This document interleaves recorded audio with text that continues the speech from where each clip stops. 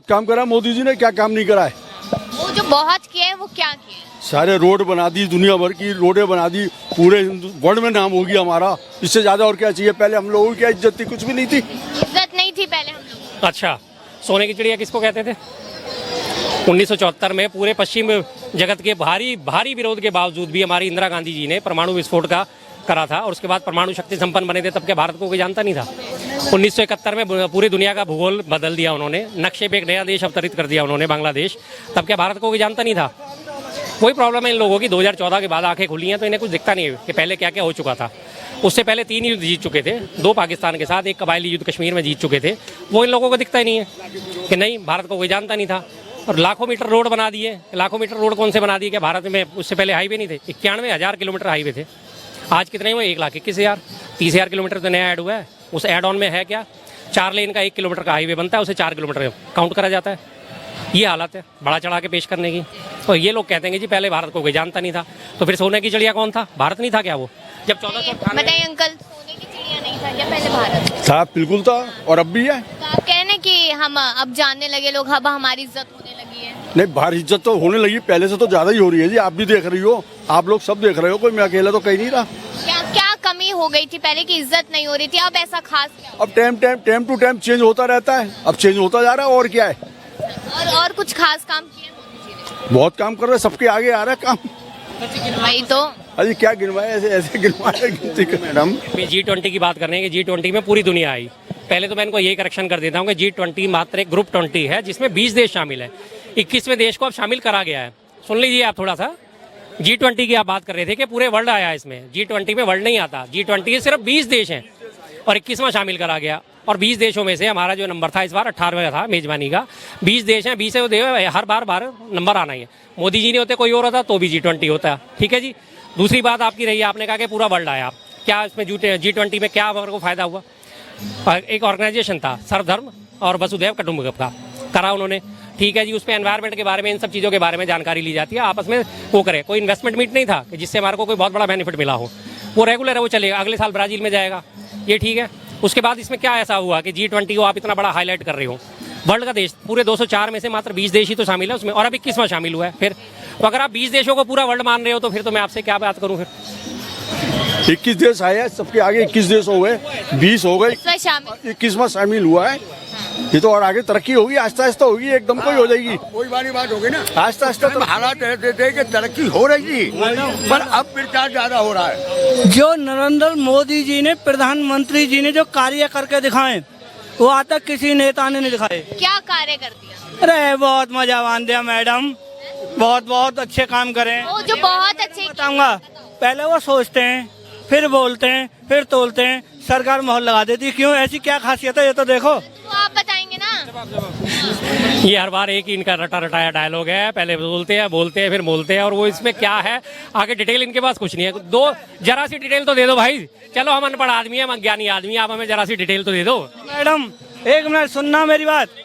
Madam एक गरीब का बेटा होता है, किसान मान लो, उसके पास अपने बेटे को पढ़ा लिखा के वो सहयोग बनाता है कि मेरे बेटे को सर्विस मिले। जो आज से पहले जो अफसर लोग थे नहीं मैडम, जिनकी जैक थी, उनका फोन पे बात हो जाती है, अरे ये मेरा साला है, ये मेरी मौसी का लड़का है, साहब जरा ध्यान रखो। दिल्ली जल बोर्ड हो गया, बहुत से महकमे थे, 8वीं पास दिल्ली जल बोर्ड में निगम पार्षद की चेक होती थी, नौकरी करते थे। आज कोई भी कितना बड़ा लीडर हो, जो बच्चा हुनरबाज होगा, कामयाबी होगा, डिग्री ले लेते हैं। उन्हें ये मालूम नहीं यूपी का मुख्यमंत्री कौन है। डिग्री लेने के बाद नौकरी मिल जाती है? नहीं, अब वो मिलेगी, उनको मिलेगी मैडम जो दूध को दूध कहेंगे, और दूध, एक गिलास दूध इधर रखा है, एक पानी। वो पढ़ा लिखा डिग्री लेके कह रहा है जी ये तो दूध नहीं है, पानी है। तो अब हुनरबाजों को नौकरी है।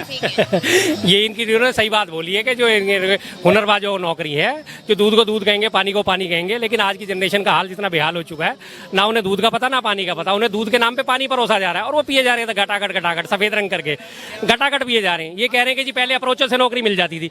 पहले भैया हमेशा से दिल्ली में, जब तक दिल्ली सरकार नहीं बनी थी 93 से, 98 में DSSB बना था। 98 जो दिल्ली सरकार की B और C ग्रेड की जितनी भी वैकेंसी है वो DSSB के थ्रू कंडक्ट होती है।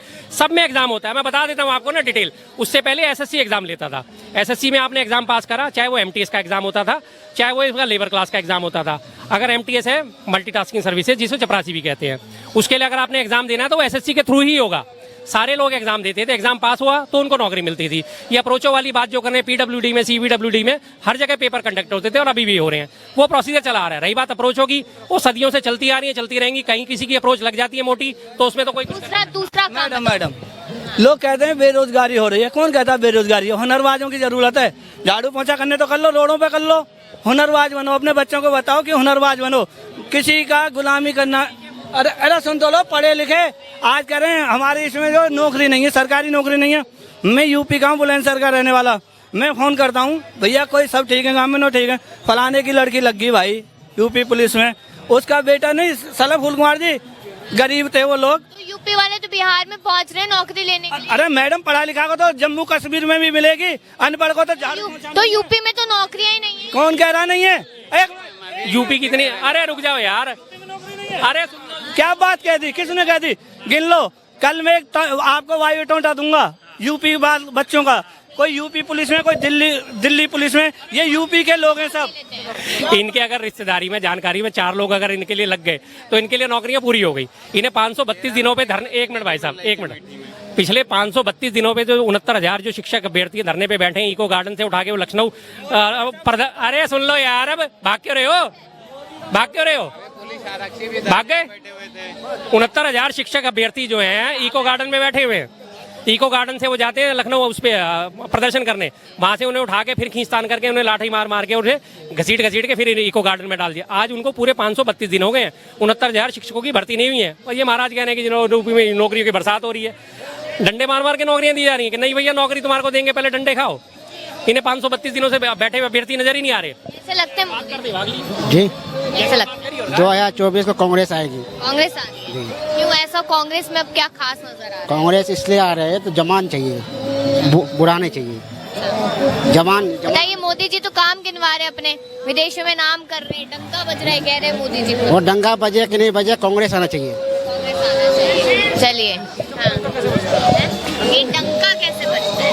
अरे बस रहने दो, अब बार क्या रिपीट करें इसको डंके को।